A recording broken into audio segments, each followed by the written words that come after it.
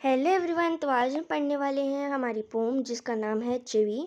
तो अभी हम समझेंगे चिवी का मतलब क्या होता है। टू नैग मतलब किसी को बार बार कुछ बुरा बुरा कहना है ना, किसी को परेशान करना है ना, और मतलब बुरा बुरा कहना। तो चलिए अब हम ना ये पढ़ना शुरू करते हैं। और ये माइकल रोजन ने लिखी हमारी ये प्यारी सी पोम। ठीक है, तो पढ़ना शुरू करते हैं। Ask yourself as well as a partner, do you like to be always told what to do or not to do? Do grown-ups do this in your experience? तो ठीक है, अब इसका मतलब जानते हैं। तो वो बोल रहे हैं अपने आप से पूछो या पार्टनर से पूछो। यहाँ पार्टनर का मतलब क्या है? ब्रदर, सिस्टर, फ्रेंड, है ना, क्लासमेट, जो भी है आप उससे अपने आप से पूछिए। क्या आपको अच्छा लगता है कि कोई आपको चीज़ बता रहा है कि क्या करना है या नहीं करना है? ऑब्वियसली भाई मुझे तो बुरा लगेगा कि अगर कोई मुझे कोई चीज़ बताएगा कि क्या करना है। Do grown ups do this? क्या जो बड़े हो जाते हैं, जैसे आप 7th में हैं तो जो 10th में है, जो 12th में है, वो आपके लिए क्या है? ग्रोन अप्स हुए। तो आपको क्या अच्छा लगेगा कि ग्रोन अप्स जो है वो आपको एडवाइस दें कि क्या करना है या नहीं करना है? तो विल यू लाइक दिस और नॉट? ठीक है। When Michael was 5 years old, जब माइकल की बात हो रही है यहाँ पर, जब माइकल 5 साल का था, बहुत इंपॉर्टेंट है, like he was 5 years old.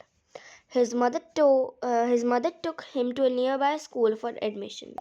तो जब वो 5 साल का था, उसकी मदर टुक मतलब ले गई, नियर बाय मतलब पास में ही एक स्कूल था जिसके एडमिशन के लिए वो ले गई। फिर टीचर ने माइकल से पूछा कि क्या तुम्हारी मम्मी जो है, तुम्हारा निकनेम क्या है, मतलब तुम्हारी मम्मी तुम्हें घर पे क्या बुलाती हैं? तो उसने कॉन्फिडेंटली क्या बोला? Michael don't. Came the confident reply. तो ही सेड कॉन्फिडेंटली दैट वो बोलती है माइकल डोंट। और ये एक ऐसी बात थी कि माइकल डोंट का यहाँ पर मतलब क्या है कि माइकल तुम ये मत करो, माइकल तुम वो मत करो, माइकल तुम ये मत करो, है ना। चलिए अब नोट पढ़ते हैं। टू चिवी इज टू नैग, मतलब चिवी का मतलब क्या है यहाँ पर? नैग करना। टू कॉन्टिन्यूसली अर्ज समवन टू डू समथिंग।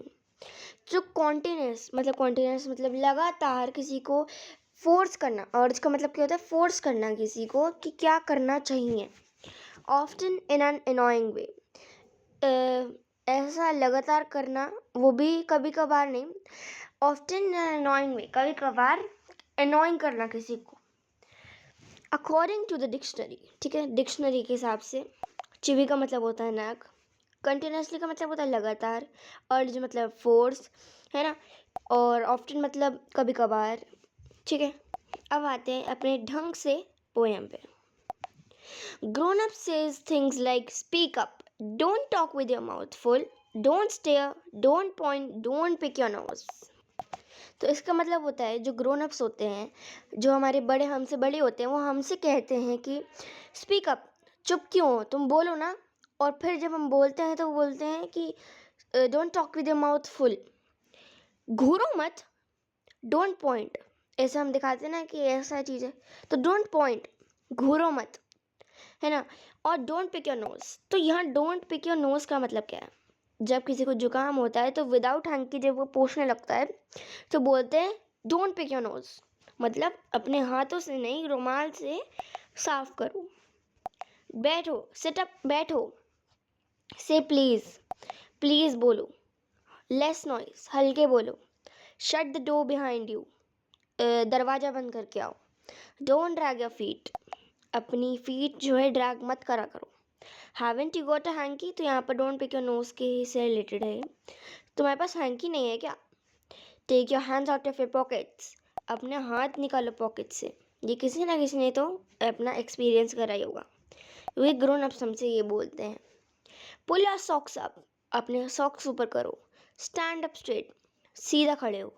से थैंक यू बोलो। डोंट इंटरप्ट, बीच में मत घुसो। No one thinks you are funny, कोई भी नहीं सोचता कि तुम फनी हो, ठीक है। Take your elbows off the table, elbows off the table का मतलब क्या है? जब हम बात कर रहे होते हैं तो हम एल्बो यहाँ पर रख लेते हैं ना, किसी की जैसे चैप्टर भी समझ रहे होते हैं तो बोल रहे हैं एल्बो मत रखो टेबल पे। Can't you make your own mind up to do something, about something, तो तुम मेरी राय को ले रहे हो, अपने आप करो ना, क्योंकि तो अब तुम भी बड़े हो गए हो अच्छे खासे। सो ये सारी चीज़ें हैं जो ग्रोन अप बोलते हैं छोटे बच्चों से, ठीक है। तो ये थी हमारी एक्सपीरियंस था, ये चीज़ें हमारी क्या बता रही हैं, एक्सपीरियंस बता रही हैं, है ना। और ये लिखी है पोम माइकल रोजन ने, ठीक है। माइकल रोजन ने ये हमारी प्यारी सी पोम लिखी है। तो थैंक यू एवरीवन। तो मिलते हैं अगली वीडियो में, टिल देन बाय।